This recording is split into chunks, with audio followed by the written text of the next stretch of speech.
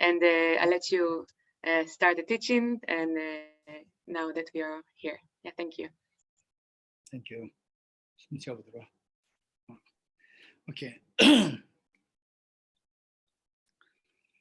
And with the sutra,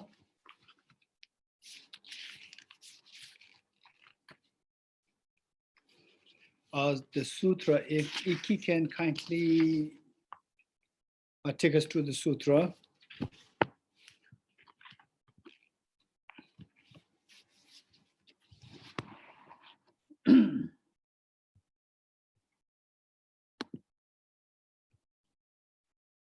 Okay, good. After the mantra, we'll first finish this, and then finish this meaning, finish the reading, and then we'll go back to some of the points before we wind up. Okay, scroll up further.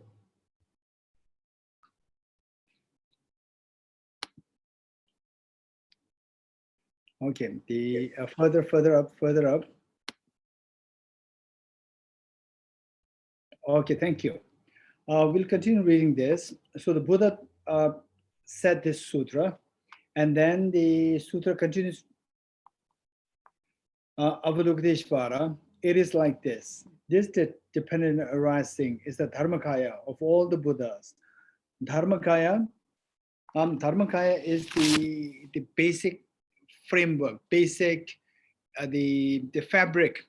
basic fabric of all the Buddhas. So this dependent arising, He Dharma Hetu Prabhava, this understanding, this dependent arising, this understanding, then putting into action of this understanding will give rise to you becoming a Buddha and help others also become a Buddha.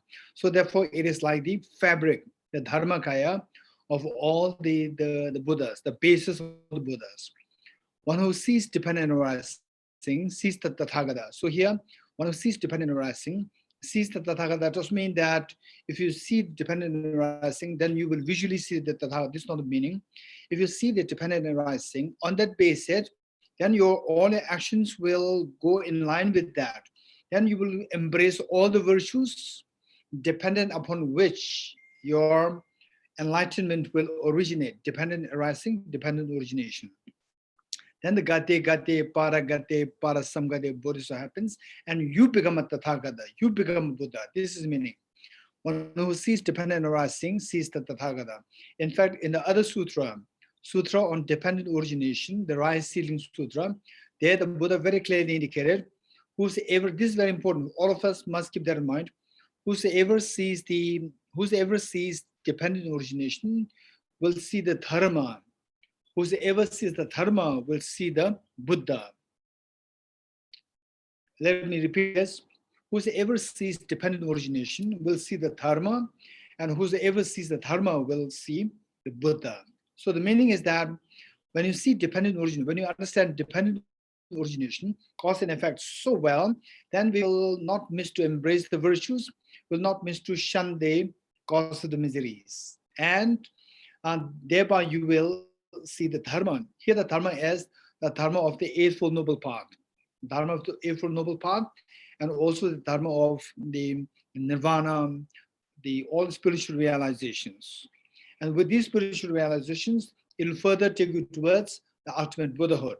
So therefore, whosoever sees dependent origination will see the Dharma, and whosoever sees the Dharma will see the Buddha. So this is what the Buddha taught in Rice Seedling Sutra.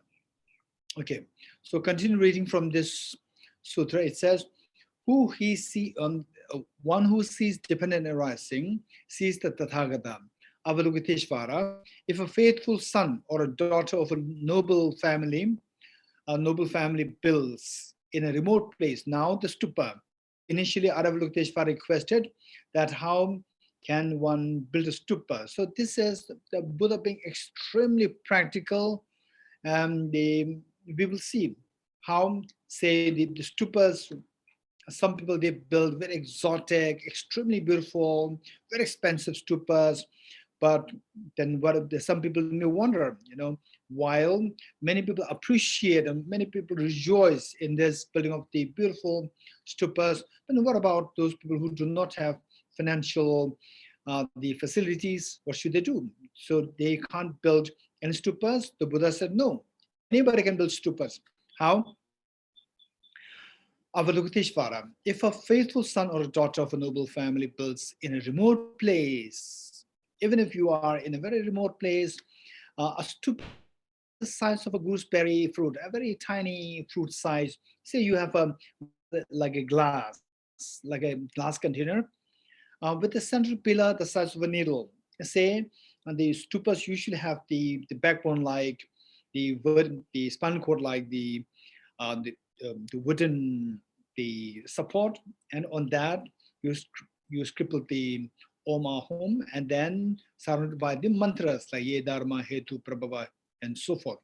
So now the Buddha is saying that same there's the central pillar of the stupa can be as the size of a needle, a very small needle, and a parasol as a sign of respect for the stupa, a parasol on top of that, a parasol on top of that, that is okay. Um, the parasol on top of that is a sign of respect for the stupa. The parasol, the size of a flower of a bagula tree, just a tiny flower up there, not necessarily a particular flower, but just any flower as the indication of a parasol as a sign of respect for the stupa. Then what does it contain? The flower of the bagula tree, and inserts this verse that the content of the stupa is this verse of dependent arising. Ye dharma hetu prabhava hetum desham tathagato hevatat desham chayo nirota evam vati mahashramane. So just put this mantra there. The insert this verse of dependent arising, which is the dharma dhatu. Dharma dhatu is the ultimate expanse of the ultimate reality. Expanse of the ultimate reality, which means the ultimate truth, the final truth, which, for example, the atoms, they are the final building blocks for the whole material world. And the dharma dhatu is the final building blocks for all phenomena that exist in the universe. So the dependent origination, for example, say this, what gives rise to you having accumulated all these virtues is because the ground, the dharma dhatu, the ground is this the mantra of dependent arising, Eda mantra. He or she will generate a merit of Brahma, the merit of Brahma, which is the enormous merit. Such person pass on, when such person dies from here and die, and they will be reborn in the world of Brahma. Brahma is the celestial being. When they pass on from there and die, they will be reborn with fortunes equaling those of the gods of the pure abodes, or the pure realms. Pure realms. In other words, say all our good things like the facilities, your wealth, resources, they are all the results of the virtues. So by doing this small virtue of making this a small stupa with the essence of dependent origination mantra inside, with a parasol there, a tiny flower as a parasol. So there, the amount of merit that one accumulates is so enormous that it equals to you taking birth in the world of the Brahma, and also to have the merits that equals the gods of the pure abodes. Okay, after the Blessed One has spoken these words, the hearers, the Shravakas, Bodhisattvas, the whole assembly and the universe of gods like the Indra, Brahma, and so forth. Human asuras and Gandharvas rejoice and praise his teaching. Okay, so here, from this, if we look at it just superficially, okay, if I build a stupa with a very small glass, like this glass, like a small glass, and then with the say a tiny needle inside to support the mantra, and then with the flower as a parasol, then I can so much merit. So there, this is what the Buddha has been extremely skillful. This is the representation, and of course, yes, containing the Yedharma mantra. So when this is done physically, if this is some of the merit, then what to mention of the merit that one accumulates when you reflect this Yedharma mantra? It's not because of the glass, it's not because of the flower, it's not because of the needle inside, it's because of the mantra, Yedharma mantra. So if this is the amount of merit that we get out of even just putting this mantra inside a container with showing respect there, then what to mention of the mantra when you reflect it, when you see this manifested in your own mental experience, where the conviction in the law of cause and effect is built. Dharma hetu prabhav. Okay, anything bad things that happen to me, miseries that happen to me, is not to be really blamed outside. Of course, external factors are there responsible, but then the internal factors, like the two hands coming together, like this, sound of a clap comes into being. So one hand symbolizes external factors. External factors are there. We can't deny the role of the external factors for our the miseries coming to being. But for the miseries, eventually our job is not to blame, but to cut the miseries. To blame, and if the miseries continue, what's the point? So the point is to cut the miseries. To cut the miseries, say just by blaming external factors, it doesn't help us cut the miseries. Instead, if we are wise, the wise people will just see what to do to get it off one or two hands. One, the external factors, the innumerable external factors, in fact, infinite external factors. Whereas the internal factors is just the self-grasping ignorance and the subtle stains. Or in other words, self-grasping ignorance and self-centered attitude. If of the two hands, internal factors removed, no matter how strong the external force is, external the factors are, the sound will stop, sound of the misery stop. So this is the understanding. Finally, the whole purpose why this mantra is so important is for the Buddha to teach us how to cut our miseries and how to cut our the vulnerabilities. So that is done by removing the internal factors, and the internal factors are so well indicated by the Buddha in terms of contaminated karmas, afflictions, inappropriate attention, and the self-grasping ignorance. And finally, by the various means which we discussed about earlier, but the practice of the 10 virtues to combat the 10 non-virtuous karmas, contaminated karmas, and the practicing of the respective emotional states like compassion, impurity, and so forth to combat the afflictions, and then by the reflecting on the relativity of the things to combat the inappropriate attention. With these three, what happens is that the contaminated karmas, afflictions, and inappropriate attention, they are mitigated. Their power is mitigated, but they are not cut altogether. So, but this has to be done. Only when these powers are mitigated, then we can see how the self-grasping ignorance, the subtlest of the emotions that is operating. When you see that, when you say only then we can resort to the remedy. So just for you to, just to inform you about how important it is to get rid of self-grasping ignorance. And in case, if we can cut this self-grasping ignorance, then how all that is stacked on this iceberg, they will crumble down. How? I'll give you a very simple example. Let's say that again, we are dreaming. In the dream, let's say that we have pleasant dreams, unpleasant dreams, again, pleasant dreams, unpleasant dreams. Okay. One question that I have for you is that what is it that they say? Say that we have pleasant dreams like His Holiness the Dalai Lama inviting you for a cup of tea for Sagadawa, right? Okay, so you are so happy. Okay, if I ask you how many of you like to have this dream? Everybody will say yes, I like to have this dream. Good.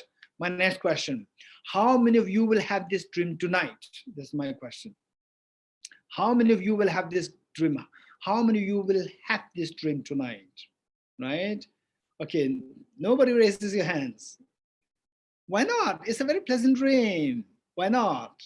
Your answer is that we don't have the choice. We don't have the freedom to choose the dream. Although the dream is very pleasant, but we don't have the freedom to choose the dream. So even if it's a very pleasant dream, one of the demerits of all the dreams, bad, pleasant, unpleasant, all the dreams, one of the demerits is that we don't have the freedom to choose the dream. When we don't have the freedom to choose the dream, then the danger is that this pleasant dream can anytime be followed by a very scary dream. Because we don't have the freedom to choose the dream. We don't have the remote control.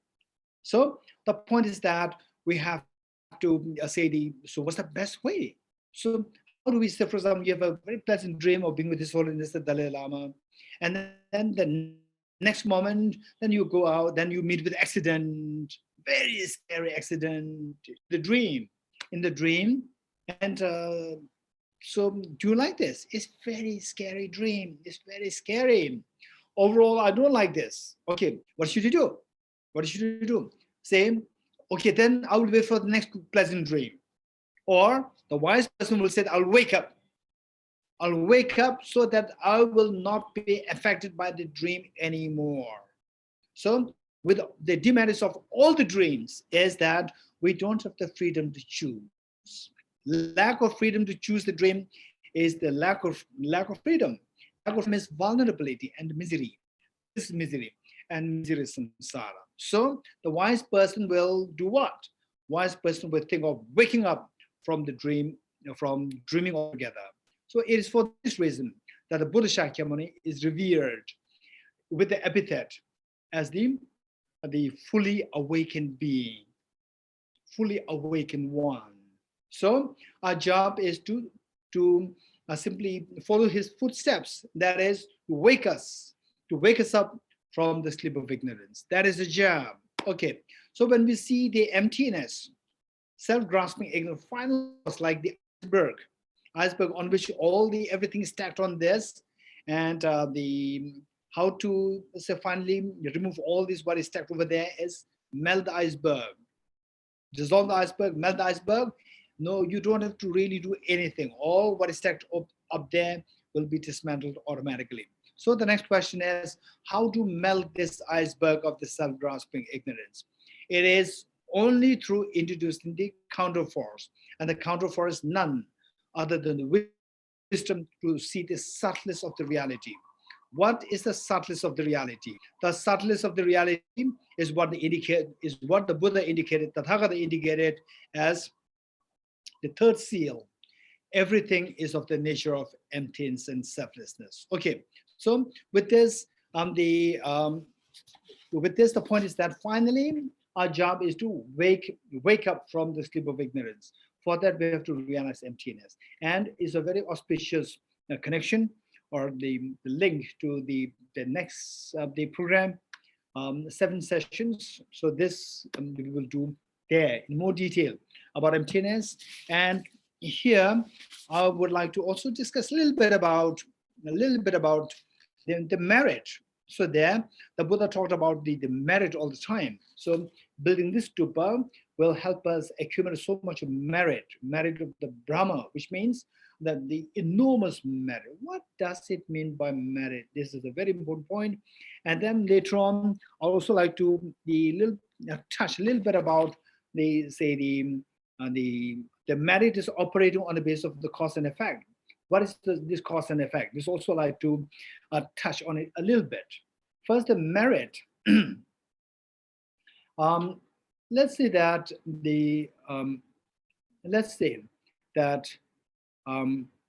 okay.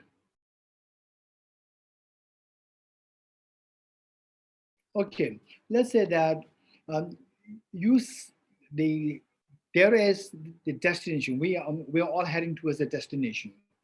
It is about like 5 kilometers away, and we don't have any cars and so forth. So we have to walk. And they say person A and person B both know that in 5 hours, in 5 kilometers distance, then there is the destination where you can have, all the facilities there, like what we call the Buddhahood, or the Nirvana, or whatever. So there is such a thing there in the distance of 5 kilometers. But since that there's no car and nothing there, we need to, okay, let's say, nowadays people do not walk. Okay, let's say, okay, there is the small car, but the car does not have a fuel. And you have the vision, you know exactly where to go, where to go. So that is the knowledge, that is the cognitive aspect of your mind. Cognitive aspect of the mind will help you help you get the destination, to know the destination. So it is like the eyes to see the destination. This is so important. That is wisdom. Now the merit accumulation, even if you have the wisdom, even if you have the wisdom, if you don't have if your car doesn't have the fuel, then you cannot even take one step closer towards the goal. You know where it is. You want to go there, but you don't have the energy to go there. You don't have the fuel to go there. Okay. So our mind, it should have two facets. One is to see the destination, to see the goal. That is done by the wisdom. This mind also should have the fuel like energy to go. So this energy is what is known as the merit. Merit is the energy which can potentially take you towards the intended goal. That is the merit. And for example, say Hitler. Hitler is very sensitive to the Israelis. Okay, Jews. Okay, let's say Hitler, in a way, he really enjoyed his dictatorship. And many people want to become the one like him, so that one can enjoy the power of the whole nation, the whole world. But there's only one Hitler. And he enjoyed. Even that is the result of the merit, because there's the energy for him to control this much of people, whole world. He had so much of energy. There's the merit. So the merit, it doesn't mean that merit to take you to Buddhahood. It is not it's just the energy. This energy can be used in any ways. It can be used destructively. It can be used in productively. Unfortunately, in the case of the Hitler, his energy was all driven towards a destruction. This is the merit. So therefore, without merit, nothing can happen. Nothing can move. Good or bad, nothing can move.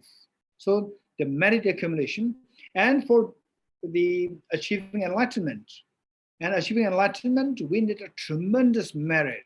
Okay, so this is what is understood by merit. And now that there's some people, what we do is that when we come into Dharma, initially the first 1 week, first 1 month is very exciting. Wow, it's amazing, Dharma. And then you receive this empowerment, that empowerment, and so forth. And then emptiness, oh, it's very complicated. Oh, then you have to do this on a daily basis. Oh no, I can't really catch up with this, that, and so forth. And the consistency is not there. So, whereas some people, they're very consistent. And many of you must be wondering how some people are very consistent and I am not really consistent. There's so much laziness in me. Okay, this is not really a laziness. This is not really laziness. This is what is known as the accumulation merit, the need for the merit. Even for you to go, there's the need for the merit. Merit is required. So now, some people, they are so consistent with their Dharma practice. Some people are not so consistent. And everybody who's into Dharma, they want to be very consistent. They want to really dedicate as much of their time and energy resources towards the Dharma. So how to make it happen? Okay, let us keep in mind, this is extremely important. We are all like stupas. We are all like stupas. And if you go to different places, in some remote places, there are some worn out stupas. And in some places, you see the golden stupas, beautiful exotic stupas there.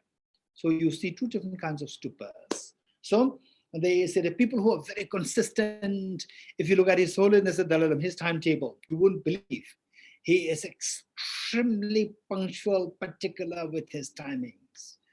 Is so consistent. It's not like just one time. It's so consistent. It's amazing. Okay, he's like a golden stupa. And then whereas in our case, the first 1 week, so excitement for excitement, and then slowly we become more and more loose, and then cannot catch up, like the tired, the exhausted donkey, Okay, so we are like the one of stupa. Now we don't feel demoralized. One of stupa is, there's no intrinsic stupa there. The one of stupa is also dependent originated. And the golden stupa is also dependent originated. Let us not forget this. Every phenomenon is dependent originated. That we, like a one out stupa, is also dependently originated. So which means that if you want to be a golden stupa, you can become a golden stupa because you are dependent originated. So how can you become one like that?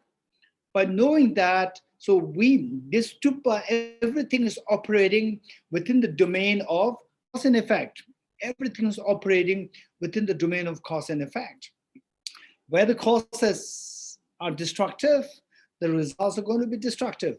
Where the causes are worn out, the results are going to be worn out. Where the causes are gold, results are going to be gold. This is the law of karma. So knowing this, what we do is that we are dependent originated. We are the one of stupa. Even this one of stupa is also dependent originated.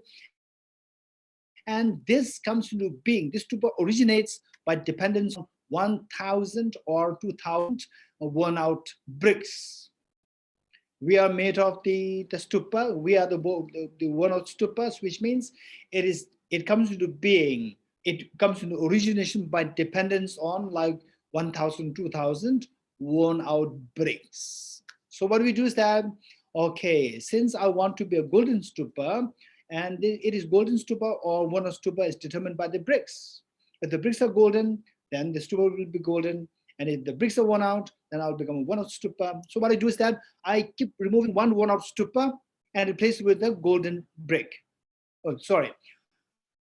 Remove one out brick, replace it with a golden brick. Okay, you will not let go, don't worry. Be consistent. Be consistent. Remove another one out stupa, replace it, remove another one out brick, replace it with a golden brick. Number 2. Number 3. Then over time, it'll start to glow. It'll start to glow. Then you will get a conviction. You'll get a deep conviction. Yes, this is what I am not an intrinsic, objective, solidified, independent entity. I'm dependently originated by dependence on the bricks. And then if I replace all these one-off bricks with a golden base, I become a golden stupa. So this is what is to be done. For keeping this in mind today, in lieu of because of being Sagadawa, this is a very auspicious month. Why not? We remember this example that I'm a one of stupa. I can become and this one of stupa is because of dependent origination. By dependence on the one of bricks, I become a one of stupa. Now I will remove these one of bricks on the basis of which I become the one of stupa, and then eventually I become a golden stupa. I'll do this. How? Consistency is very important. And by knowing how the universe operates on the basis of cause and effect, ye dharma hetu prabhava, hetum desham tathagato. Let us remember that. And then how to bring an end to this, the one of stupa, to make it into a golden stupa, is desham chayo nirota, evam vadi mahashramanai soha. This is what the Buddha taught as to how to change these bricks, by changing the brick of the self-grasping ignorance, changing the brick, removing the brick of the inappropriate attention, remove the brick of afflictions, remove the brick of the contaminant karmas, and revolutionize whole thing by finally by bringing the brick of the wisdom of emptiness. Okay, this is how we should design our practice.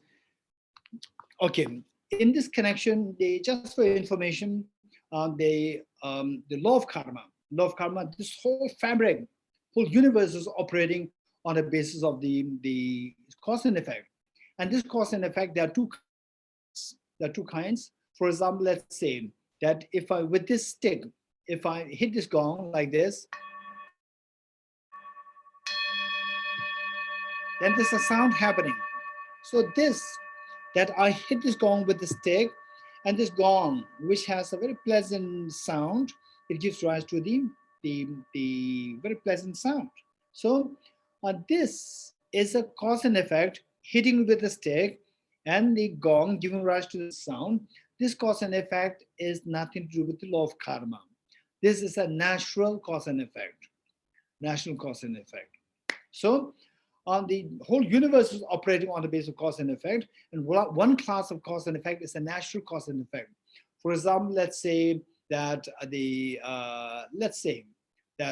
if you plant a seed on a soil with the proper atmosphere pressure and so forth, you put water in it, then it blossoms. That is again a natural cause and effect.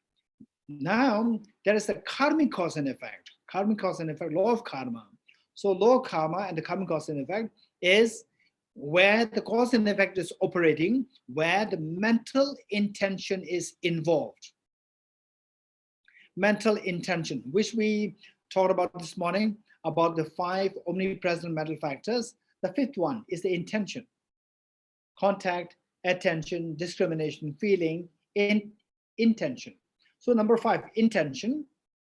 This intention, this is the one. So this intention, where the cause and effect, this intention is involved, then it becomes a karmic cause and effect operation.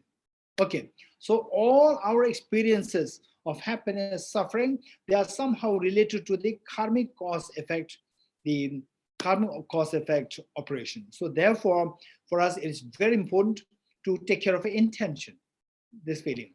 And the intention is determined by the feeling. And feeling is determined by the cognitive discrimination, cognitive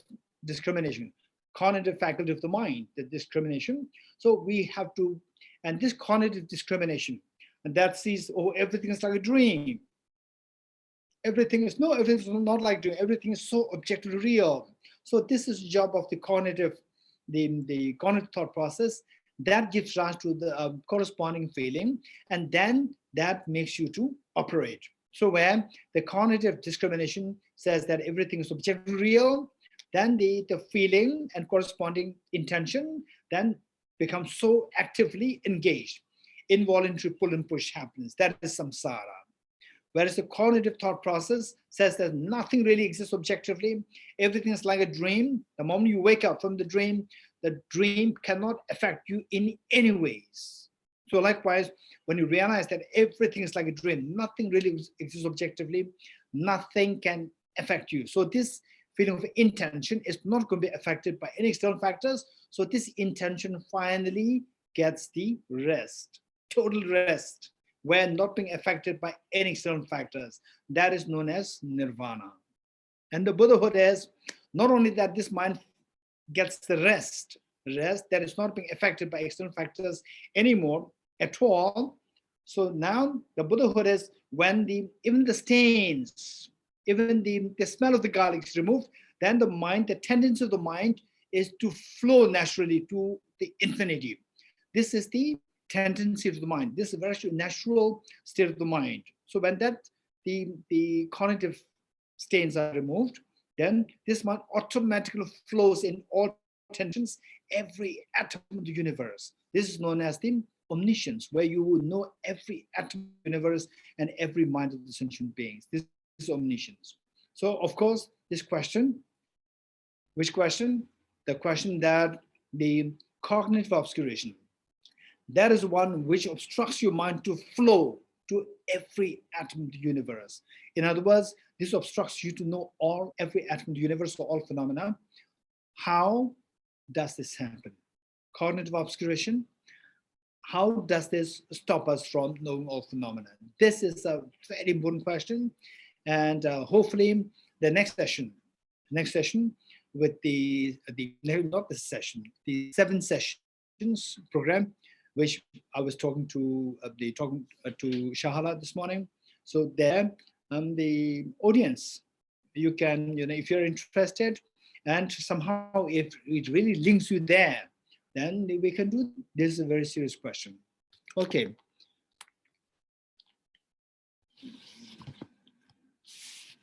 So okay, now in fact,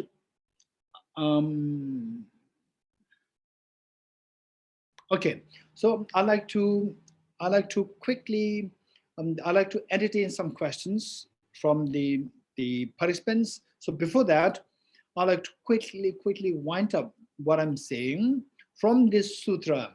Every time when we recite the sutra, sutra means the mantra, you can recite it with the tune or without tune. It's up to the individual. You can do it with the tune or without tune. With tune, the good thing is that with the tune or with the melody, the good thing is that you will get enough time to reflect on the meanings. And finally, it's not about how many times you recite it, it's about how profoundly you reflect it. So this is the point. So with this in mind, what I'd like to share with you is that finally we have to take steps. All of us, we have to take steps. Gate means go. Go means by taking steps. We have to take steps somewhere. We have to take steps. And it's not an easy journey, but it's an enjoyable journey. Although it's not an easy journey, it's no doubt it's a very enjoyable journey, but we have to take steps. So steps what? Take contaminant karmas, afflictions, one by one, contaminant karmas, how to get into the contaminant karmas by embracing the virtuous karmas. And then the afflictions, how to be less impulsive to the afflictions. Then how to see things more in relative terms. And then finally, study as much as possible, engage in some studies. For example, Tibet House, we have a very good program, Nalanda Master's course and Nalanda Diploma course for a very systematic studies, and many of the participants from Israel that are taking part in this, and others can also join this if you really see that I don't want suffering. I don't want to I want to get rid of suffering altogether. And whereas if you don't mind to be in the midst of suffering, then it's fine. Otherwise, if you get out of samsara or to put a stop to the suffering altogether, if you say that I don't want suffering at all, then this is the only way. We have to study, reflect on, meditate on emptiness. This is so important. So important. For that matter, they say, let's say, make sure that you are part of a program, study program, not just like a mantra recitation and so forth. Mantra recitation, they are very precious. Meanwhile, the studies will be like the backbone of your practice, and the mantra recitation, prostrations, all other things will be like the supplements to your practice. And keep in mind, one example of the 1 hour breaks versus the golden break. Another example that I like to share with you is the putting a deposit in the bank. Putting a deposit in the bank. This is so important. Not only you, I also should keep this in mind. It's very helpful to me. For example, say if you are entitled to deposit only $5 a day, only $5 a day, and the benefit that you get is like multiplied by 100 times. Multiply by 100 times, 5 into multiply 100 times, you get 500 rupees, $500 every day by depositing $5. But then you cannot deposit more than $5 a day of Dharma practice. We can't expect to do all the Dharma practice in a day so that tomorrow you'll become enlightened. This is impossible. So we have to do like a small deposit. That deposit, you are entitled to do it every day. So just imagine, if this is how it works, that today if you miss deposit $5, would you regret what is that? What's the Israeli money known as? Shekel. Yeah. Okay, let's say 5 shekels and you get 500 shekels. If you miss deposit 5 shekels a day, what will you think? You will miss a lot. It's very painful that you have missed this opportunity. Likewise, to do Dharma practice on a daily basis is like depositing 5 shekels a day, which will multiply like into 100 times. And you have only 5 shekels. You are entitled to deposit only 5 shekels, not more. So the point is that you will not miss to deposit the 5 shekels. Likewise, let us not miss doing our share of the Dharma practice. In other words, to make sure that we keep doing something, keep doing something which requires consistency. So the consistency is so precious, number one. Then number two suggestion that I like to give you is that if you are already somebody who is doing Dharma for like 5 years, 10 years, more seriously, I really rejoice. Whereas if you're a beginner, what I would say is that don't go for a huge amount of time of practice a day. Design a very short practice, maximum like half an hour practice a day, maximum half an hour. Otherwise, it can be like 5 minutes or 10 minutes a day. Keep it that short, but be consistent. Small and be consistent, and this will stabilize. This will build a stability in you. This stability will then make you go further, even with the more load of the Dharma practice. Okay, so this is what I'd like to share with you.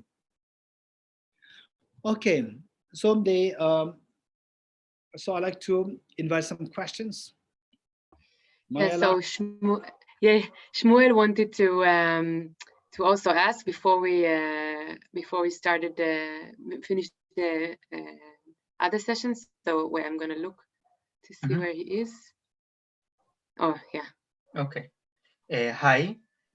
So my question is, how is it possible to prove that the 5 omnipresent mental functions are indeed always present, even in deep sleep and when one has fainted? Okay. This is the very good question. Very good question. Let's say that say in a deep sleep, in a unconscious state, in an unconscious state, and the deep sleep where it's to prove meaning that somebody to really experience this, it is beyond possibility. Beyond possibility. But the point is that, for example, say our mind, when we are in a waking state, when we are in the wakeful state, there we come in contact with the object. And for information, let's say that even the discrimination, it is not necessary that, okay, yeah, this is Simol, okay, this is your house. It is not necessary. Like, for example, some people, they are hallucinating. Some people, they are so confused. Confusion is there. Within the confusion, there's also the play of this. Now the degree varies. Degree varies, meaning that the degree is like very high quality. For example, say the videos, some are on the high resolution, some are less, the less resolution, and some is not even a real, say, the video. Okay, so likewise, say these 5 functions, they can vary in degrees, and but the function-wise, the function is there. For example, discrimination can function in a positive way. It can also function in a negative way. For example, I see an effigy as a real person. I see a dream as a real. That is some misperception. But it has element of discrimination to say that this is the real, this is not dream. So this says the sense of discriminating positively or negatively, correctly or incorrectly. You're deciding something. You are taking some discrimination. So that is it. And the point is that the tendency of the mind, this will take us to what is known as the substance of the mind, and the substance of the matter. Substance matter, say my hand. So this hand, since the time of birth, this hand is designed for like 100 years. Then after 100 years, when I die, in other words, when I die, and when somebody buries my body or cremate this, then this hand will be gone. So the continuum of the hand is gone. This continuum hand is not all omnipresent, but the basic constituents of this hand, which are the particles, electrons, protons, neutrons, they are like omnipresent. And some may challenge me by saying that even they may not remain a substance or a matter, it can change into energy. Yes, that's true. Whether it be in the energy form or a matter form, it will always remain in the form of energy or matter in one way or the other, not annihilate altogether. This is what is meant by the continuum, the substance of the basic substance of these, the building blocks of the material world. Now with the mind also is a substance. Mind also is a substance, not in the form of the atoms, electrons, protons, so forth, mental substance. So this mental substance, just as a physical material things, they don't have a discontinuation. The mind also does not have a discontinuation. And the mind, by the very definition, mind by the very definition, when we think we are in a coma state or we are in an unconscious state, unconscious means there's no consciousness. So still there's a mind, because the mind does not ever annihilate. It continues all the time, because the substance of the mind never disappears, just as the substance of the electrons, protons, neutron never disappears, never annihilate. So the mind, for something to be mind, for something to be a matter, there should be some characteristics. For something to be mind, the characteristics that my mind has now, these will become more dominant as the mind becomes more inactive. So when the mind is in a deep sleep or in a coma state, then the mind is in a very dormant state. So these activities will be very dormant to the extent that we may get a feeling that these activities are not there. Mm-hmm. Mm-hmm. Yeah. So this is this is a thing where the great meditators, when they do the meditation from one realm to the next realm, we discussed yesterday about the form and formless realm. But in the formless realm, there's what is known as the infinite space meditation, infinite consciousness meditation, vacuity meditation, and the peak of existence meditation. So when you reach the vacuity meditation, so there you drop all the objects of the mind. So it's as though like the mind does not really have a function to contact with the object, discriminate, attend to the object, discriminate the object, and so forth. All these are so like non-existent. It is not non-existent. They are there, but they are in a dominant state. And then finally, we move to the peak of existence, where not only the object is dropped, they also try to drop the subject, but the subject cannot be dropped. The subject, the substance of the mind cannot be dropped at all.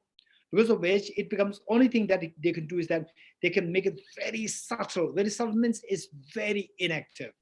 So ordinary people may think that there's no mind there. So mind is there through the reasoning of the law of the conservation of momentum.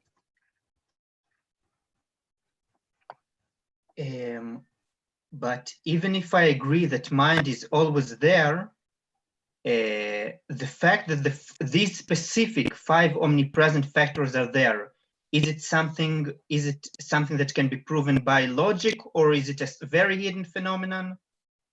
That so this specific... Okay, basically, as I said earlier, first we should be convinced that the mind, about the matter, if you are convinced, matter, my hand will terminate, it'll disappear one day. But the basic constituents of my hand will never disappear. If you are happy with this, and if I ask you why, if I ask you why, then the only answer that you can give is that this is a law of the nature, of the nature. So because to say that something annihilates all together, then how it comes back, or how does it come? How does it come from nowhere?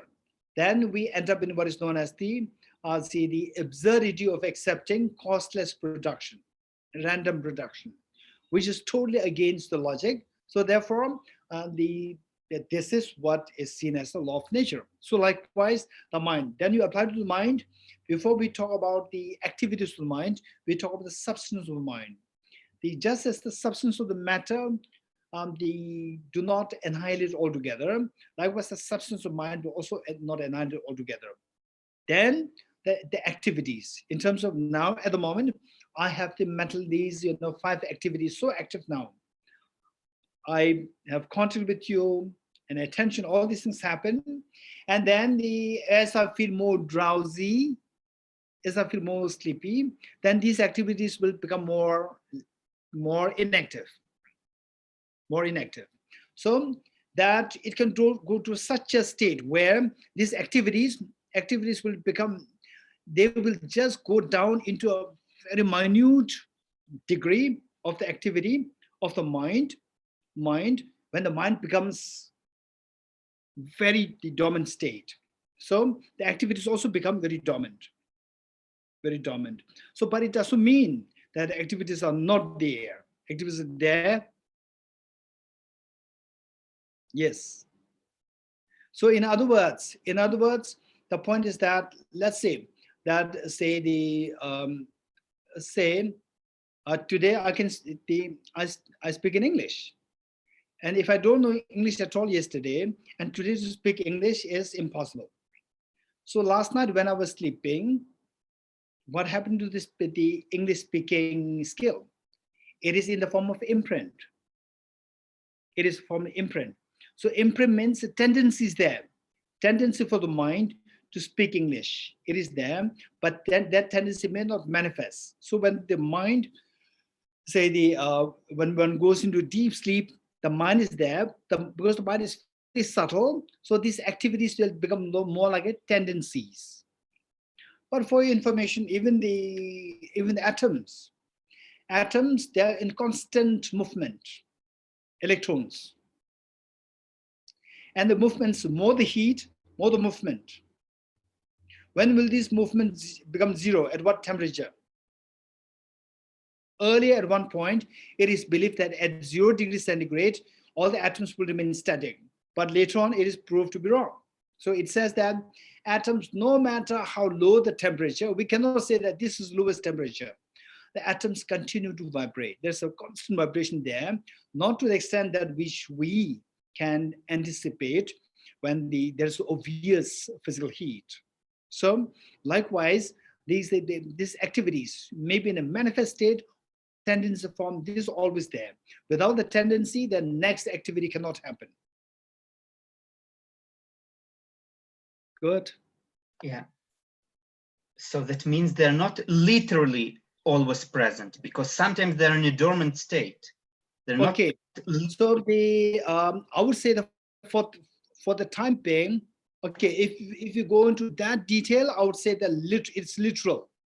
It's literally because that you have the capacity to understand what is meant by at 0 degrees centigrade, even the atoms will not stop vibrating. If you understand this much, if you accept that, even in 0 degrees centigrade, even let's say like minus 400 degrees centigrade, still the atoms, they vibrate, electrons vibrate. If you have this understanding, if you can understand this, then I can say that literally mind, no matter what, the mind is in what we call, ordinary people call as a deep sleep, or where there's a mind, these 5 functions are there literally these five functions are there. Yes. Thank you. Okay. Welcome. So, it's okay to have more questions, Geshe? Yes. Okay, so if anyone has another question, please raise your hand or do this icon, and then I can unmute you.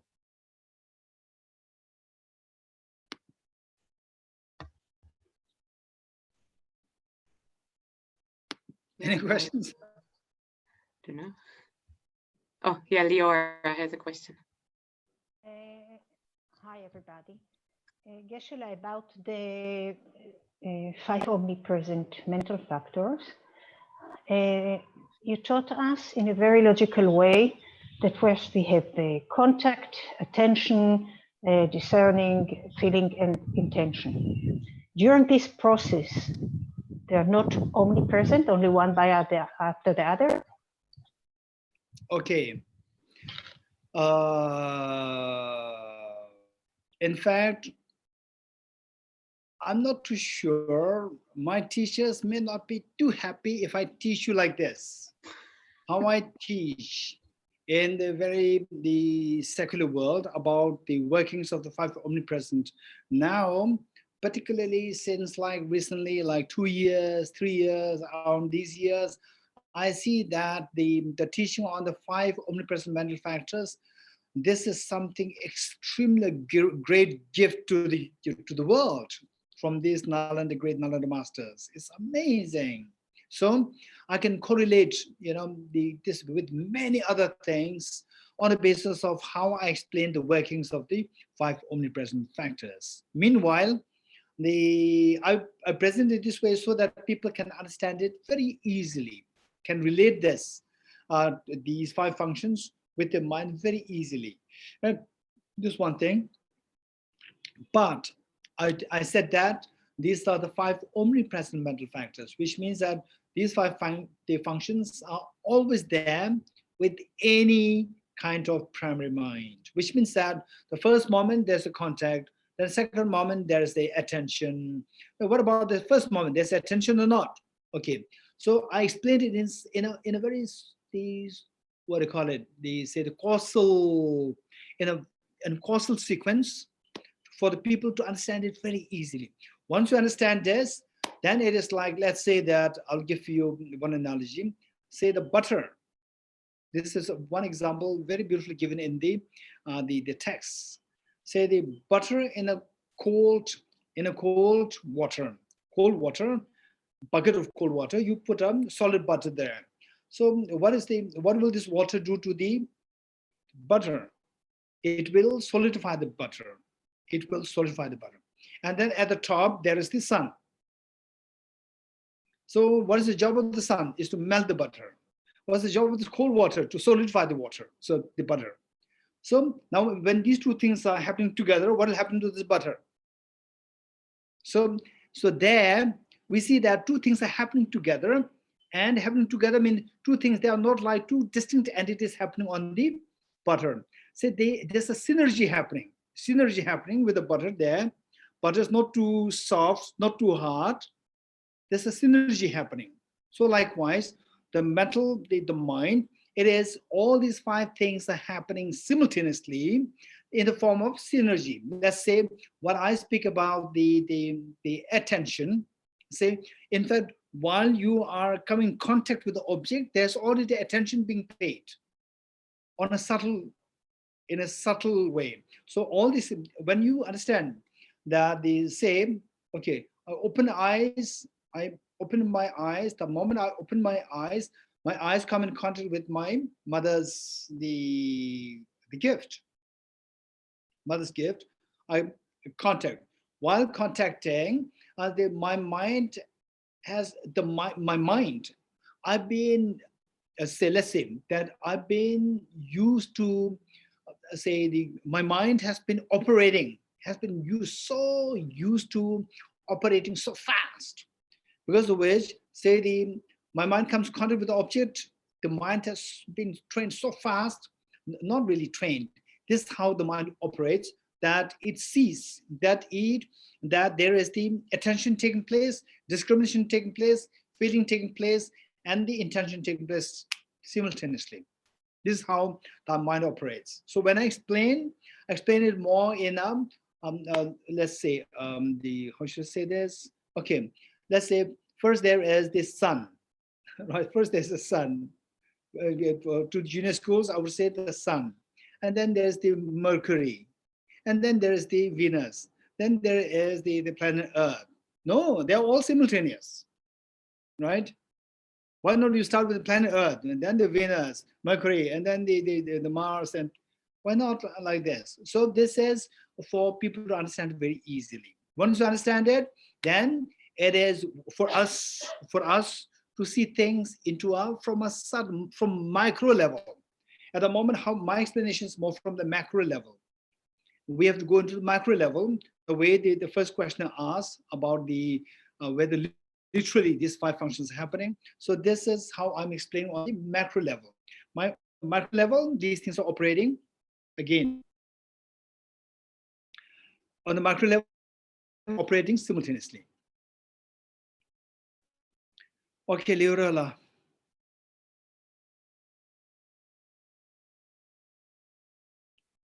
Yeah, also Erez wants to ask a question.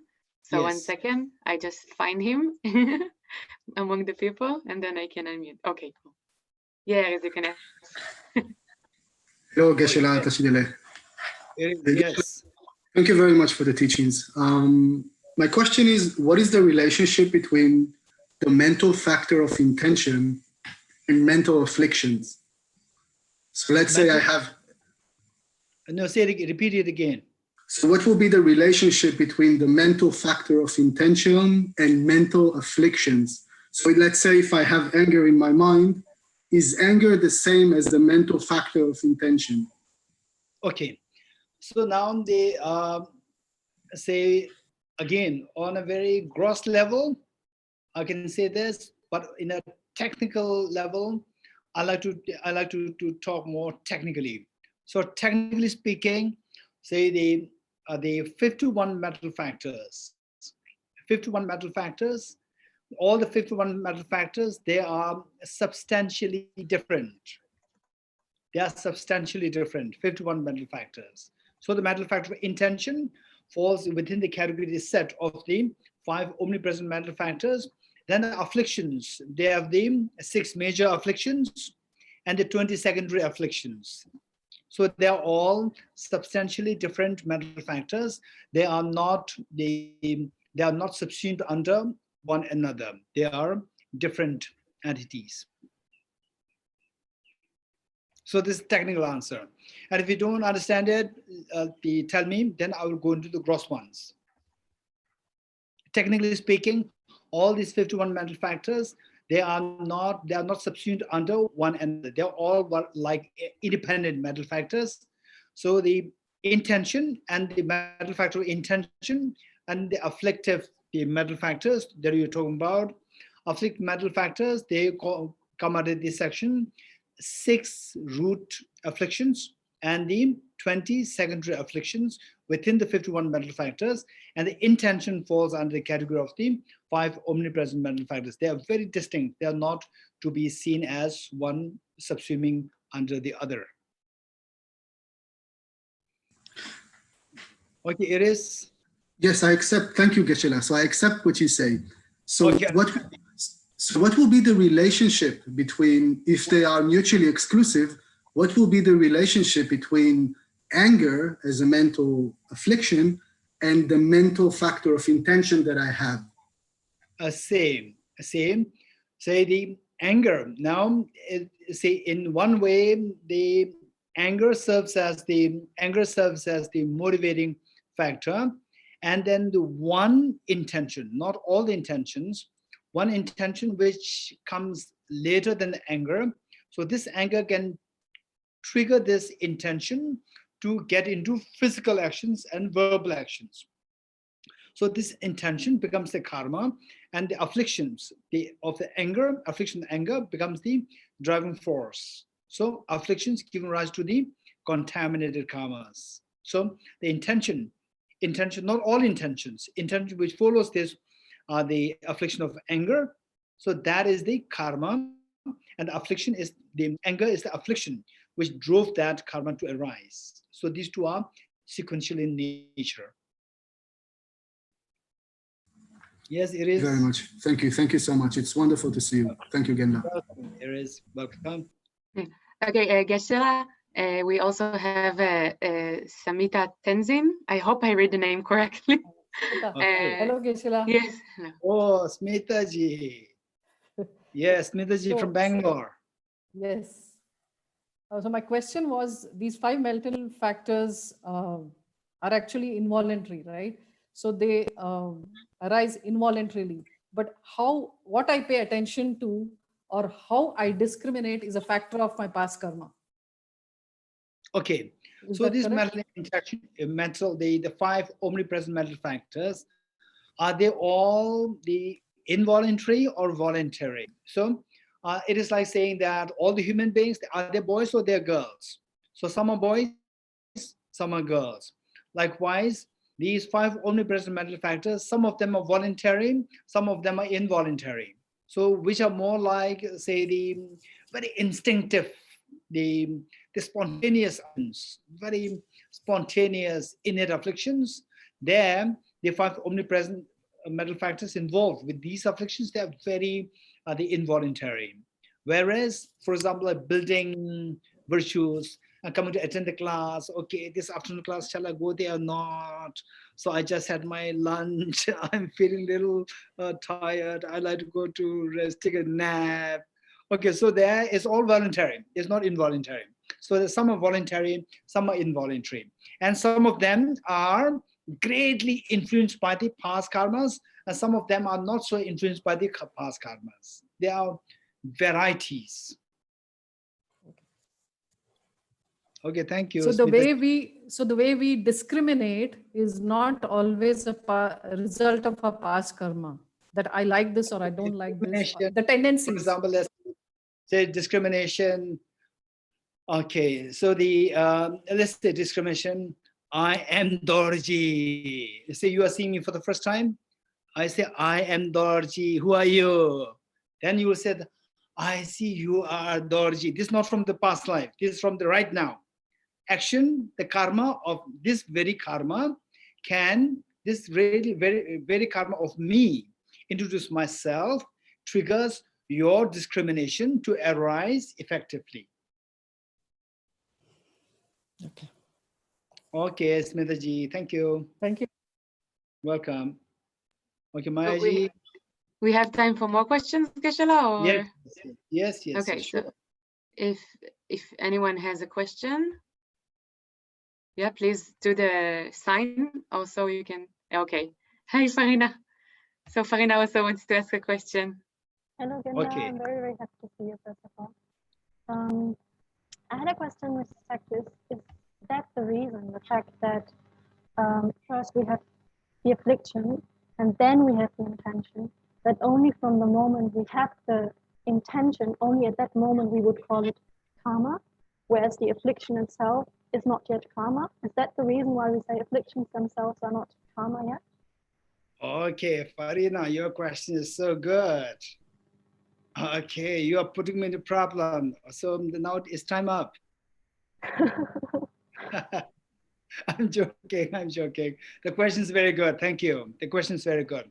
So let's say the afflictions, then we give, then these afflictions drive us to create another set of, say, intention. So that intention, we call it karma. What about the intention before that, before the affliction, or along with the affliction? If in the affliction, there is a corresponding primary mind, and with that primary mind, there is the 5 omnipresent mental factors, intention along with the afflictions also. What about that affliction? Is that karma or not? Is your question? Yeah. Okay, so I think it's time up. It's 10 minutes up. Okay, I'm joking. Okay, this is a very good question. So what is karma? Okay, so in fact, the point is that, say, one on the macro level and one on the macro level. Macro level meaning that in a very loose sense, let's say that, okay, let's say that that I feel thirsty, so this is a juice there. And this juice, there's a struggle between me and my friend. Our IT person, our IT staff and me, there's a struggle there. We are fighting for this. So because I crave for this, and then my friend, Mr. Namgyala, said, hey, Geshe-la, now you don't fight with him. You're accumulating negative karma. Okay, so I don't fight with him. Otherwise, it's negative karma. Okay, so then what is happening is that, so I'm talking about the negative karma pertaining to the fight happening between me and the IT person. So this negative karma, for this negative karma, that intention, which makes us to end up in the fist fight, that intention is the result of the craving for the juice, my craving for the juice. So with respect to that karma, that the affliction, craving for the juice, that is the cause, and we don't talk about that as a karma with respect to the karma of fighting with the person. Now, in the process, when I'm having the craving, so along with this craving, there's also the intention. That is also another karma. So they are within the one episode of karma. Within that, there are so many minute karmas operating so fast. So craving for craving for this juice already there's intention to happen. That is also karma. It's a mental karma. Yeah, and that is driven by the earlier intention. Earlier, okay, if I'm thirsty, I will have cranberry juice, not the plain water, cranberry juice. So that earlier intention also was a karma. So the karma, how many such karmas are operating within such a short one episode of struggling, fighting for this glass of juice? Within that, if it lasts for like say 5 minutes, within that thousands of karmas can be operating one after the other.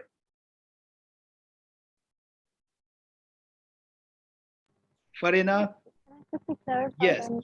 So we would say the main mind of the affliction itself is not karma, it's not creating karma. Affliction is not karma. Exactly, but the attention that exists within at the same moment at the affliction, that is karma. that's the karma. Exactly. Thank you. Wonderful, Farina. Your question is so good. Thank you. So does anyone have another question? Yeah, please raise your hand so I can tell Geshe, or you can write me and then I can tell him. Okay. So there is also a question from Irit Lahav. Wait, I'm gonna try and find you. Irit? Oh, yes. Yeah. Yes, you want to ask? Okay. I want to ask you about something you briefly mentioned yesterday about, and something you spoke about it also in the Nalanda's course, about existent and non-existent, permanent and impermanent. Can you elaborate about that, please? Wow. Okay. Irit, thank you. Okay, so the phenomena, existence, what exists in this universe, all can be classified into, okay, let's say, some of you who are, if you are not exposed to any of these logic, philosophy, and so forth, for your benefit, I'd like to just give a very simple example. Let's say that all the people who are taking part in this class, we can classify them into boys and non-boys. Do you agree with me or not? I may not say boys and girls, but we can classify them into boys and non-boys. Likewise, all phenomena that exist in the universe can be classified into permanent and impermanent. So what does it mean by permanent? What does it mean by permanent? How do you classify these two phenomena into these two things? This is a question. So to make it very quick, I'd like to give, it may be a little complicated, but I'm sure that you will take that as a challenge. Let's say that if I ask you what is in my left hand, there's nothing there. Then now I put this tissue there. What is in my left hand? There's a tissue in my left hand. Perfect. Now what is in my right hand? There's nothing there. Okay, if I ask you what is in my right hand, you will say nothing's there. Then I ask, there tissue? You will say no. So the absence of tissue in my hand? Yes. So there's something there. Absence of tissue is in my hand. Okay. Now there are two things. One is the tissue. One is the absence of tissue. Tissue. When you say tissue, when I say what is in my left hand, you say there's a tissue there. What is in my left hand, right hand? Most of the people in this universe, they will say nothing is there. And now you will say that, but there is the absence of tissue there. Mm-hmm. Okay. So the absence of tissue does exist in my right hand. But there's a difference there. One is the tissue and the absence of tissue. There's the tissue, there's something there as a substance to say that this is tissue. Whereas there's no substance there to say that this is the absence of tissue. There's nothing there to hold on to. So what is that? So both are existence. Tissue exists, absence of tissue also exists in my right hand. Tissue exists in my left hand. So the tissue that exists in my left hand, it has a substance there. the absence of tissue in my right hand, it exists, but it does not have a substance. So what exists, which has a substance, is known as impermanent phenomena. What exists, which does not have a substance, is known as permanent phenomena. And if you can ask further, why the absence of this substance is known as permanent? Okay. I want to ask you something else. Okay, good. If the absence of tissue is permanent, it doesn't make sense, because once I put the tissue there again, the absence of tissue will disappear. So it is also impermanent. Wonderful. That's amazing. This is what I'm about to tell you. Yeah. Okay. So the absence of the tissue in my right hand, how is that permanent? Because the moment you put the tissue there, absence of tissue is gone. So it does not last forever. It's very brief. So if it is brief, how can that be permanent? This is your question. Okay. So basically permanent, there are, I think for Irid Acharya Dharmakirti, he already knew, he was in 7th century, he already knew that after 1,300 years, there's going to be a girl by the name Irid coming to Israel who's going to ask this question. So he already gave the answer in his book, Brahmana Vartika, chapter 2. He already gave the answer there. So what he said is that permanence, there are two kinds of permanence. One, how the ordinary people understand is permanent, and the logicians, how they understand, the scholars, the learned people, how they understand is permanent. There are two. How the ordinary people understand is permanent is something which lasts for long. Whereas what the logicians or the learned people understand permanence is something which does not change. Something which does not change means something which does not have a substance to undergo change. Since it does not have a substance, there's no substance to undergo change. What is not changing, if it still exists, it should be not impermanent. What is not impermanent is double negation, not an impermanent. Double negation is positive, which is permanent. Great. Okay, Iridla, thank you. Thank you so much, Geshe. Also, Yakila has a question. Okay, Yakila. Geshe. So Geshe, I would like to go back to the mental factor intention and karma. So in the general way that we speak about karma, not necessarily in the context of minds and mental factors, but just in a general way, we sometimes speak about killing, for example, insects or living beings, even without being aware of that. Like, for example, if I walk from one place to the next, and I'm squashing ants, we say in general that I still accumulate karma.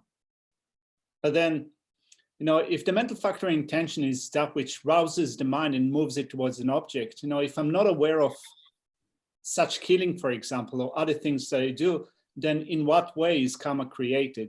There is no movement of the mind towards an object. Thank you, Venerable Yakila. Thank you so much. This is a very good question. Thank you so much. This is where we need a little bit of clarification. This is a very important question. Let's say that karma, there are so many ways of classifying karma. One way is karma done and karma accumulated. Karma done and karma accumulated. Some karmas which are not done but accumulated. Some karmas which are done but not accumulated. Some karmas are both done, accumulated. Some which are not done, not accumulated. So there are the four modes are there.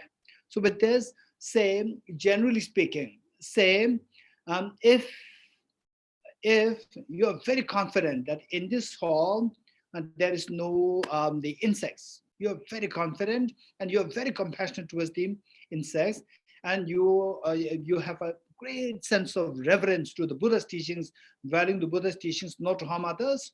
So with this in mind, you walk. As you walk, somebody deliberately put an insect under your feet.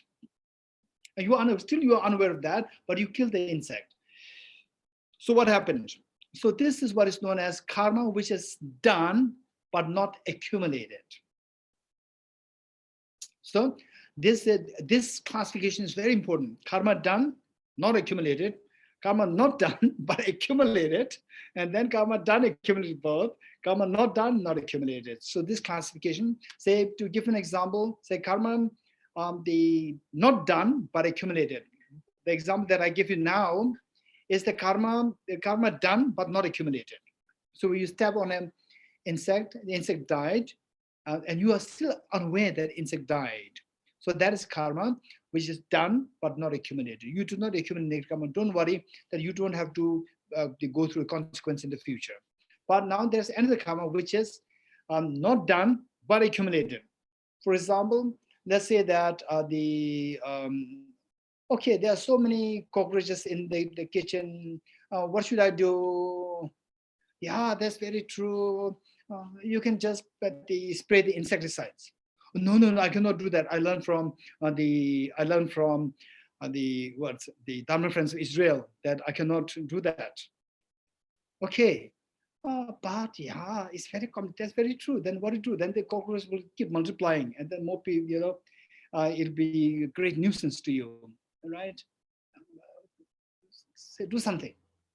And then the person remains, and then person recite Om Ye Dharma Hetu, and the other person is now busy killing the. So you are not doing the action of killing, but through your inspiration or through your instigation, other persons engaged in the killing. So now this killing, you did not engage in the act of killing, but you have accumulated negative karma of killing. So this is action not done, but accumulated.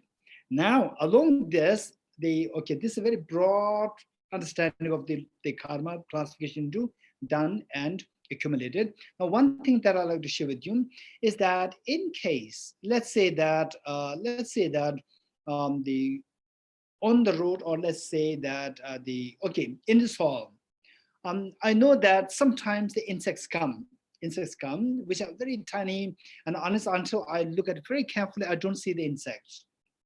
So they're very tiny.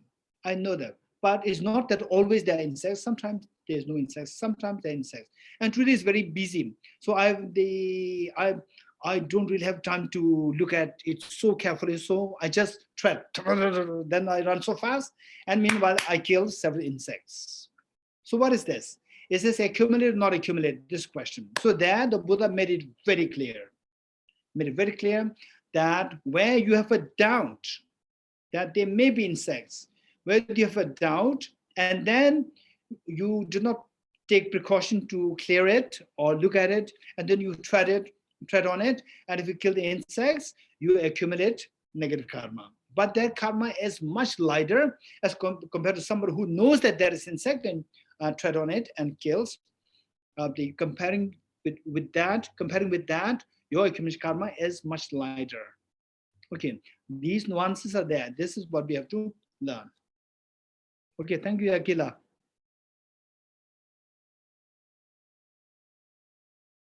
Okay, Geshe, we have 10 more minutes, so I'm leaving it up to you if there is one more question, or you want to, I don't know, say something, yes, or dedication, or more questions? Okay. Yes. So, does anyone have a question? Just you can write or raise your hands, and then I can see. 1 second. Geshe, I had a quick follow-up. Yeah, Mira. Varda. Involuntary discrimination a result of karma only? Okay, involuntary discrimination, result of karma, not necessarily though, not necessarily. For example, say, let's say that somebody forced you to watch a very scary movie, and then when the movie is over, then your thoughts involuntarily go after the movie. So that is not because of the previous karmas. Okay.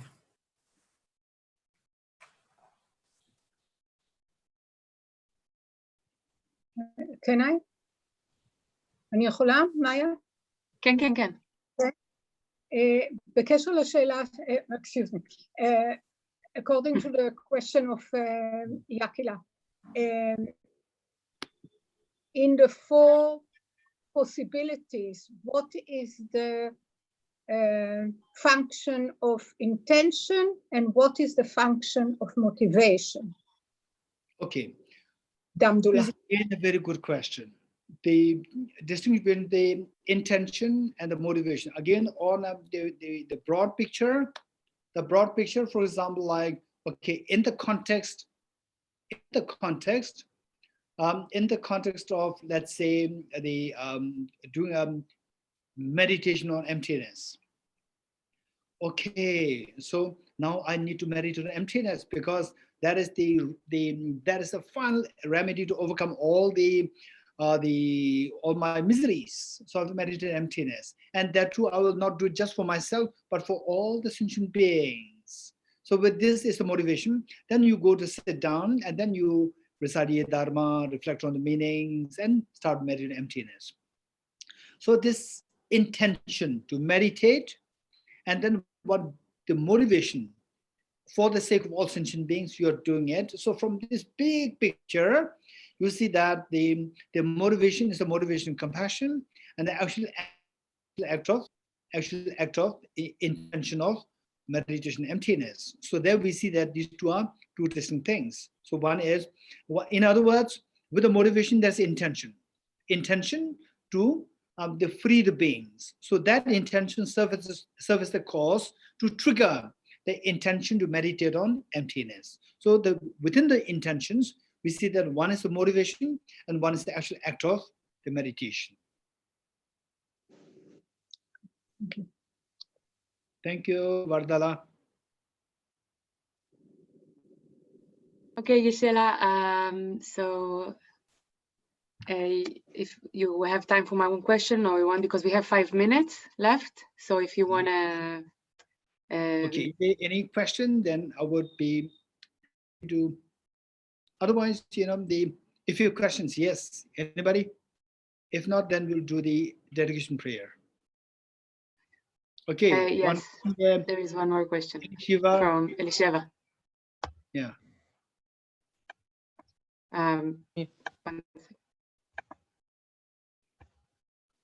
Yeah, okay. Yes. You can ask. Even though in meditation and in lessons, I feel very relaxed, but afterwards, I feel like I was working very, very hard, like I'm very tired, or like I was in a very intensive marathon, What does it mean? Okay. This is a very practical question. Thank you so much. This is very practical. Okay, when you do meditation, you feel it very good. You feel very relaxed. Good. You relax, you enjoy. When you come out of that, then you feel as though like you have run a marathon, so tired, exhausted. Okay, that's true. So there are the two things. Because this meditation, and particularly if you do the meditation very systematically, like the particular way, so with the emptiness this morning, I was discussing with Shahala and all those people who are going to attend the next program, the 7-session program. I'm thinking of assigning some commitments to do meditation emptiness every day for the whole the Sagada month. So there I said 5 minutes meditation emptiness, and Shahala said, what is 5 minutes? 5 minutes is nothing. It's not nothing, because 5 minutes meditation emptiness is very tiring. After the meditation, you will feel like you have run a 100-kilometer marathon. You will feel this tiredness. You will feel the heaviness, because this meditation is done by the brain, related to the brain, and by your mind. But the mind is supported by the brain, and this brain is not able to. For this brain. What you have been doing is very heavy. While you're doing it, that is the immediate the production of the oxytocin, dopamine, and so forth. You feel light, relaxed. The moment you stop, then the heaviness is felt. Where the oxytocin stops, dopamine stops, and then the hormones are released, and then you feel the tiredness. Okay, so what you can do is that if you can one and say usually these meditations, which involve like very systematic reflections, analytical meditations, for these you need, before you do the meditation, you really need a good amount of rest. Good amount of rest, like a short nap, or not doing anything, even not hanging after the WhatsApp and the social media. Just stay relaxed. And then when you feel that you're rejuvenated, you take like a coffee or tea or whatever you drink it. You at least keep yourself relaxed for like 10 minutes, 15 minutes. Then go there, do it. You'll feel the energy and you'll be much better.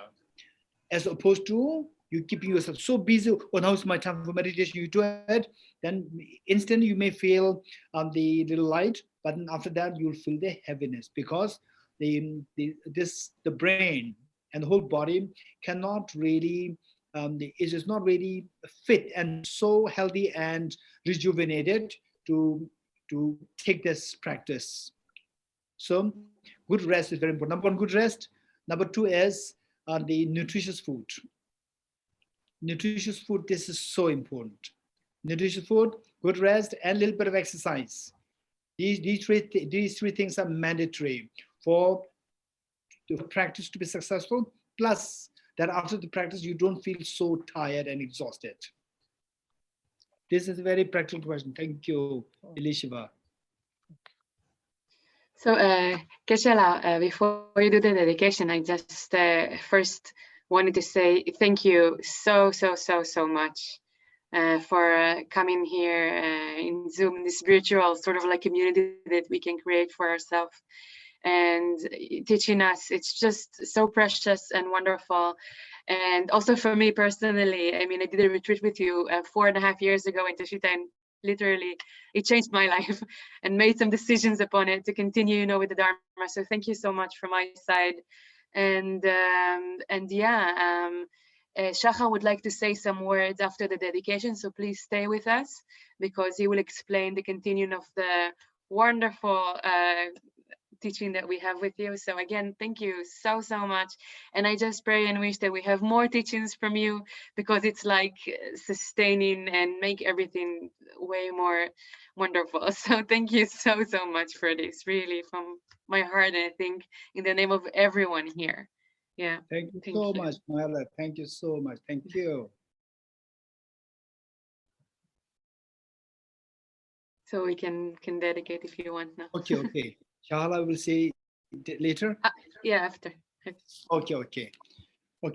So for the dedication, I will read the dedication and the others will just listen to me and let your thoughts, let your reflections flow while I'm reading the dedication verses.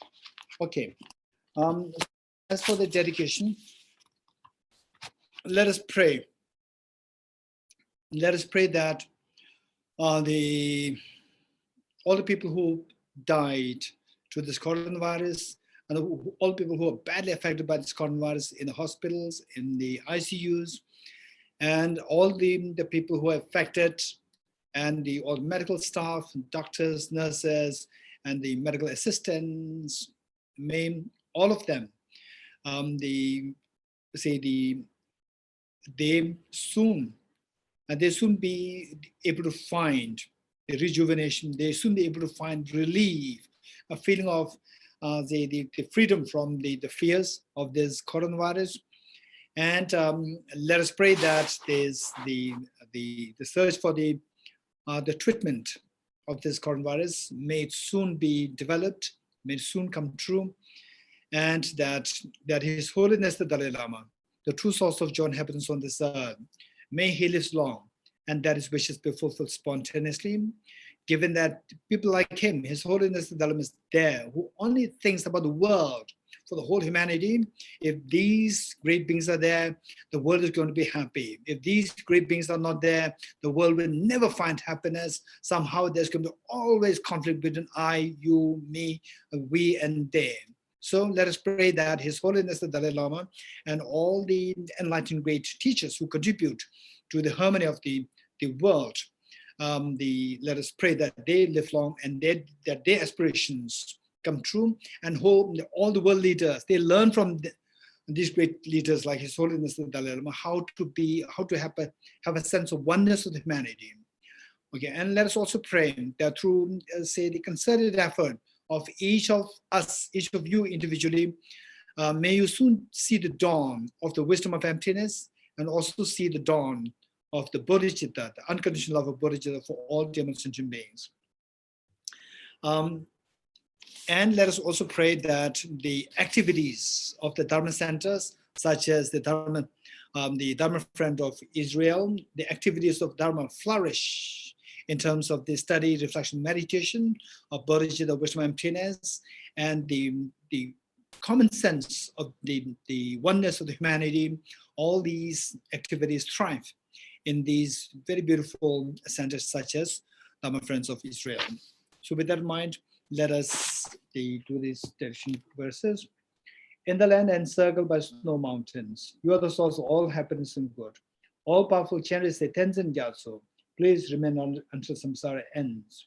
Just as the brave Manjushri and Samadhi too realize things as they are, also I dedicate all these matters in the best way that I may follow their perfect example. I dedicate all these rules of virtue with the direction praised as the best by all the Buddhas who appeared in the 3 times, so that I might perform the noble Bodhisattva's deeds. May the supreme bodhicitta that is not arisen arise and grow, and may that which is arisen not diminish but increase forevermore.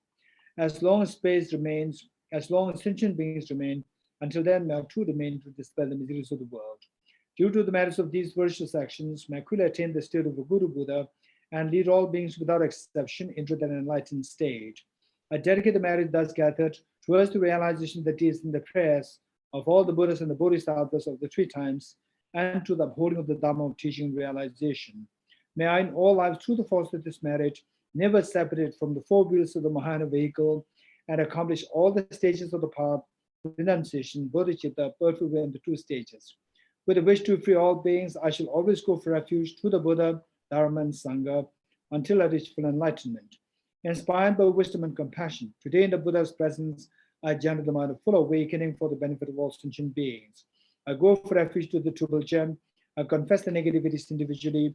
I rejoice in the virtues of all the beings. I hold the precious Buddhahood in my heart. By the power of practicing and supplicating to you, the Buddhas, may all be free from sickness, poverty, and conflicts. And may Dharma and auspiciousness proliferate in all the places where we abide. The path of union, emptiness, and compassion is loosely explained by the protector of both the Dharma and the beings from the land of snows. Where the lotus holder Tenzin Gyatso, we supplicate you that your wishes are fulfilled spontaneously.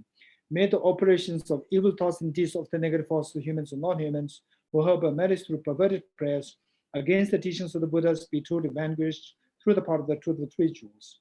In all my lives, never separated from perfect gurus, may I enjoy the magnificent Dharma by completing the qualities of the stations of the paths, may I quickly attain the state of Vajradhara. Throughout my future lifetimes, may I always be guided by the Manjushri and be able to uphold the Dharma in general and the teachings of dependent origination in particular, even at the cost of my life. Okay, we will say this Heart Sutra mantra 3 times. Yata Om Gati Gati Aragati Arasam Gati Bodhisvatyata Om Gati Gati Aragati Arasam Gati Bodhisvatyata Om Gati Gati Aragati Arasam Gati Bodhisvaha.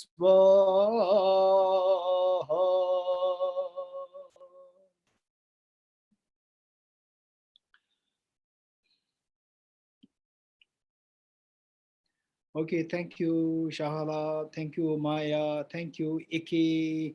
And thank you, each and every one of you Thank you. What a joy for me to be spending time with you on this very the sacred holy text of the Buddha Shakyamuni, the Noble Mahayana Sutra, Dependent Origination. Thank you, one and all. Thank you so much. Be happy. Thank you, you again. Thank you so much. Thank you so much. Please keep teaching us. Thank you. Thank you. Sure. Thank you, Geshe. Thank you. Yaha wants to say some things to explain the program. Yeah. I think if Geshe is still online, so maybe can Geshe say a few words about the coming program, the subject matter and the thoughts behind it? Shahala, you want me to say? Yes, if possible, then thank you very much. Okay, Shahala. So basically, the idea is that it was from the last year. Last year, when I was in Israel, Shahala was so insistent that I should stay with him at his house. Why? I later on discovered that there's a reason. He said that, Geshe, you have to just see how to create some programs for the people in Israel, and particularly related to the emptiness. And then I realized, okay, this is the why Shahala is treating me so nicely in his house. Okay, so basically he was asking if something can be done as a very systematic study on emptiness, more systematically, and the same something to do related to a text. And I really felt touched to see that he is really taking the feeling, he really feels for the people of Israel and the people who really are keen to learn about the more in depth of the Dharma. Then I said, yes, of course, if this is your initiative, I'll be there for you and the people through you. So this is what came out. And then this time when he was again making this request for this teaching, and particularly yesterday, from the quality of the questions coming up, I really felt what Shahala requested since last year. Okay, now this is the right time for us to do something. So this morning, I spontaneously, a thought came in me of doing something about something concrete about emptiness related to the mind, which Diorala asked yesterday. So that I was talking about one about the mind, and then about the emptiness. What is mind? What is the substance of mind? What is that mind like? And then what is the emptiness? And then how to put them together. The mind, emptiness of the mind. In other words, the subjective clear light seeing the objective clear light, the union of the two clear lights. So this is what I just they mentioned this to Shahala, and then we're thinking of 7 sessions, each session with 1.5 hours. And I told that Shahala can design it on the basis of the timetable of the majority of the people of Israel. One, meanwhile, we can make it not really too open, but we can make it open to the people from other parts of the world as well, from Singapore, Malaysia, and from the France, from Finland, from Russia, and from other places. Yet it is not like a public teaching. It is more like the people should sign up. Only those who sign up to Shahala, the Dharma Friends of Israel, who sign up to you, and then these people will be given access to this teaching, not to the public. It should be like the selected or the signed up public. Only do that. So this is what we are planning, and there's a commitment there. Commitment is a very simple commitment. So number one is the recitation Ye Dharma mantra, like 7 times a day, plus the 4 seals of the Buddha's teachings, like 3 times. Then the Bodhicitta commitment, meaning the stanza, Bodhicitta stanza, which I will send to Shahala. The Shahala will distribute this. and then the emptiness meditation, like 5 minutes. And I will, the day one, I will explain how to do a very simple meditation, emptiness, and then the Heart Sutra mantra, like 7 times. So total together is about going to be like 10 minutes or 15 minutes. So this should be the commitment for the people. Only those who can be committed to this amount of practice on a daily basis for 1 month, then you are entitled to sign up for this. So this is my plan, and then the more details, I will leave it up to Shahala to decide. Thank you very much, Geshe. Thank you very much. Welcome.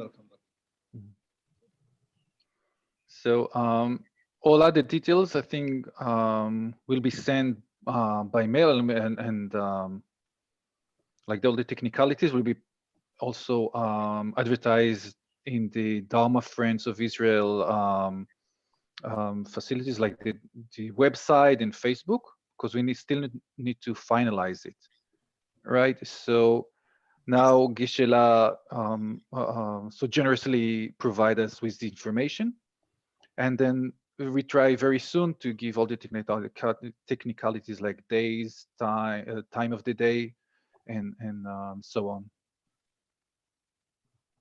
Is this okay, Geshe? Perfect. Thank you. Thank you. Thank you so much, Shahala. Thank you, Mayala. Thank you, each and every one of you. Thank you. Yeah, thank you so much, Geshe, and thank you, Shacha, also for this amazing job with the Dharma Friends. This is just so amazing. So this is what I also wanted to mention. Thank you for all the people also that were helpful. Ikila, thank you also so much for the technical support. Yes, I'm still trying to figure out some things, it's also for me new, this Zoom. And so thank you for everyone that was participating. And also to remind everyone that we have, if you can, open your heart and contribute also to Geshe and to Dana and to the Dharma Friends. That would be very much appreciated. If you can, if you're not, please feel free to participate. This is that's the main thing, that we can be able to get these teachings, these wonderful things that we're learning here to everyone as possible. And so, so again, I wanted to mention that we have Yakila. Also, thank you so much. He's doing reviews in Hebrew. Sorry for the non-Hebrew speakers here, but just to help us with the, sometimes in the rough, very high words in English, and to make it a little bit more available for the people who doesn't have English in a very high level. But again, thank you, Geshe, for presenting the things even in a way that we can understand them. It's so beneficial, yeah. So thank you, everyone. The teaching with Yakila is from 2 to 3. So we end here, so we will have time for a break, and then you can go. Thank you again, and I'm really excited and seeing you again, Geshe, teaching us. Yeah. So thank you so much. Thank you for everyone. Goodbye.